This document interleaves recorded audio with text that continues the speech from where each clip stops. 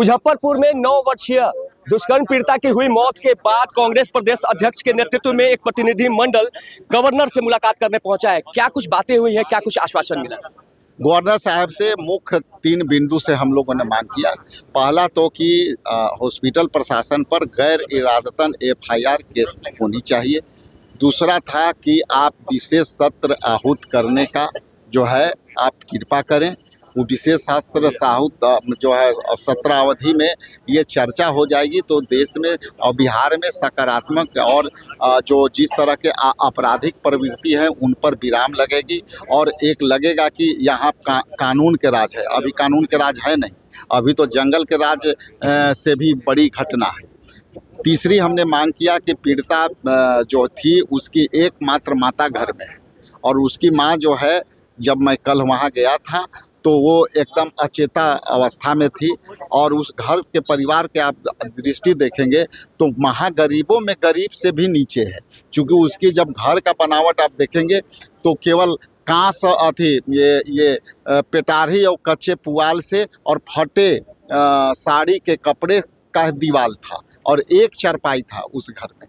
तो उस परिवार को आर्थिक मदद के रूप में मिलना चाहिए, उसको एक सरकारी नौकरी उसकी योग्यता के अनुसार मिलनी चाहिए और ये जो परिवार है इस परिवार को सुरक्षा भी मिलनी चाहिए। सर, हमने देखा शुरुआती दिनों से आप PMCH पहुंचे, 4 घंटों इंतजार के बाद उस पीड़िता को भर्ती करवाया गया और आप लोगों ने हल्ला बोला, पर सरकार पक्ष का एक भी प्रतिनिधि अभी तक उस पीड़िता के घर नहीं पहुंचा। देखिए, सरकार के प्रतिनिधि तो बोलेंगे नहीं, क्योंकि उनको भी पता है कि ये जघन्य हुआ है और इस कृत्य से लोगों को जो है उन लोग भी आहत हुए होंगे। लेकिन चूंकि सत्ता में है तो बोलेंगे तो कल आप भी सवाल करेंगे कि पद छोड़ दीजिए। अभी तो विपक्ष कांग्रेस पार्टी मांग कर रही है, लेकिन कहीं ना कहीं कई नेताओं को, मंत्री को मैंने बयान सुना, उस बयान में तीव्रता नहीं है। वो उनकी बयान में, उनकी लैंग्वेज में तीव्रता नहीं है। इसका मतलब वो भी एक्सेप्ट कर रहे हैं कि ये बड़ी खामियां हैं और ये बड़ी खामियां को वो महसूस कर रहे हैं। लेकिन चूंकि अब लोगों को कुछ बात कहनी है, लोगों को कुछ बतानी है तो सस्पेंड कर रहे हैं और लोगों को यदि कुछ कहना है तो ट्रांसफ़र कर रहे हैं। लेकिन मेरा मानना है कि ट्रांसफ़र और किसी को सस्पेंड करना ये सज़ा नहीं है। मामला दबे, ये हमेशा आया है कि मामला हाईलाइट हो रहा है तो समझाने के लिए सस्पेंड कर दो, बलि का बकरा बना दो। अरे भाई, सस्पेंड होना था तो माननीय मंत्री इस्तीफा दे देते तो लगता कि नैतिकता जिंदा है। बच्ची दलित परिवार के प्रति उनके हितैषी। आखिरी सवाल, 6 तारीख को राहुल गांधी जी आ रहे हैं, क्या लगता है कि इस मुद्दे को उठाएंगे? देखिए, ये अलग विषय है, हम लोग को चर्चा चल रही है और ये मीडिया में हम बात नहीं कर सकते। ये चूँकि जब आएगा कुछ भी बात होगा तो आपके सामने होगा। लेकिन आपके चैनल के माध्यम से हम तो इस बात से आश्चर्यचकित हैं कि जीतन राम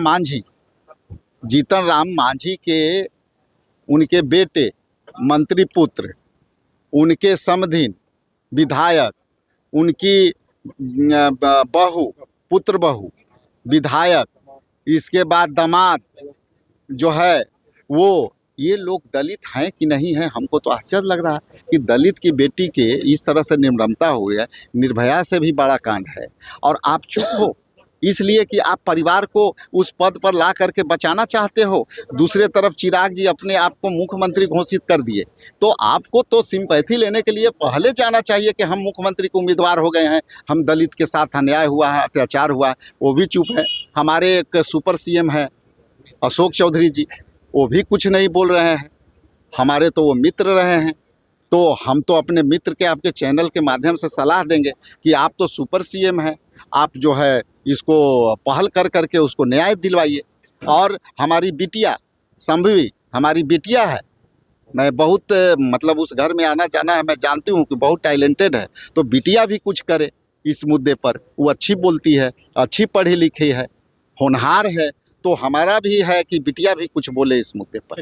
ये थे हमारे साथ प्रदेश अध्यक्ष, कांग्रेस कमेटी के प्रदेश अध्यक्ष राजेश कुमार राम जी। इन्होंने साफ तौर से कहा है कि गवर्नर से हुई मुलाकात काफी तौर पर सार्थक रही, तो दूसरी ओर कांग्रेस कमेटी के प्रदेश अध्यक्ष राजेश कुमार राम ने चिराग पासवान सहित जीतन राम मांझी के कार्यशैली पर सवाल खड़े किए हैं। नीरज त्रिपाठी, न्यूज़ 24, पटना।